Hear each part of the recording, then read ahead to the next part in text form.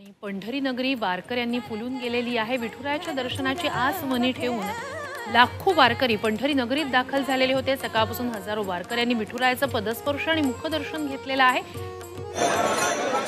दरमजल करत दिंड्यांसोबत चालत हजारो वारकरी आज पंढरी नगरीत सकाळी दाखल झाले। आषाढी एकादशीच्या दिवशी विठुरायाच्या चरणी मस्तक ठेवण्यासाठी म्हणून हे वारकरी हा मोठा टप्पा पार करत असतात आणि आज धन्य धन्य झाल्याची भावना या वारकऱ्यांनी व्यक्त केलेली आहे। तर या वारकऱ्यांच्या भावना नेमक्या काय आहेत पंढरपुरातून आढावा घेतला आमचे प्रतिनिधी प्रताप नाईक। विठ्ठलाचं दर्शन झाल्यानंतर परतीच्या मार्गाला लागणारे अनेक वारकरी आपल्याला या ठिकाणी दिसून येतात। एकूणच पाहतो की अनेक वारकऱ्यांनी पहाटे येऊन रांगेमध्ये उभा राहून आपण पाहतो की काहींनी मुखदर्शन घेतलेलं आहे, काहींनी प्रत्यक्षात दर्शन घेतलेलं आहे।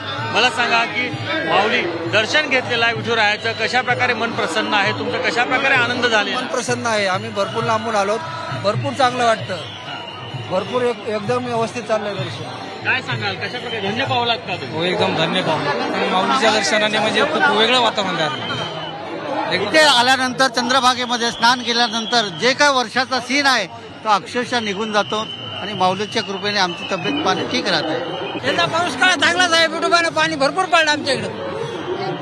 आनंदी आले की कशा प्रकारच्या भावना आहेत ह्या सर्व माऊलींनी दर्शन घेतलेलं आहे विठू माऊलीचं। आणि त्याचबरोबर आता आपण पाहतो की यावेळेला चांगलं या ठिकाणी पाऊस पडेल, उत्पन्न वाढेल अशा प्रकारची भावना देखील ते व्यक्त करतात। एकूण पाहतो की मोठा उत्साह जो आहे तो भक्तांमध्ये पाहायला मिळतोय आणि हे एक ऊर्जा घेऊन त्या विठू माऊलीच्या नगरीतून आपल्या गावी परतताना दिसत आहेत। कॅमेरामन मिथुन प्रताप नाईक, जी 24 तास, पंढरपूर।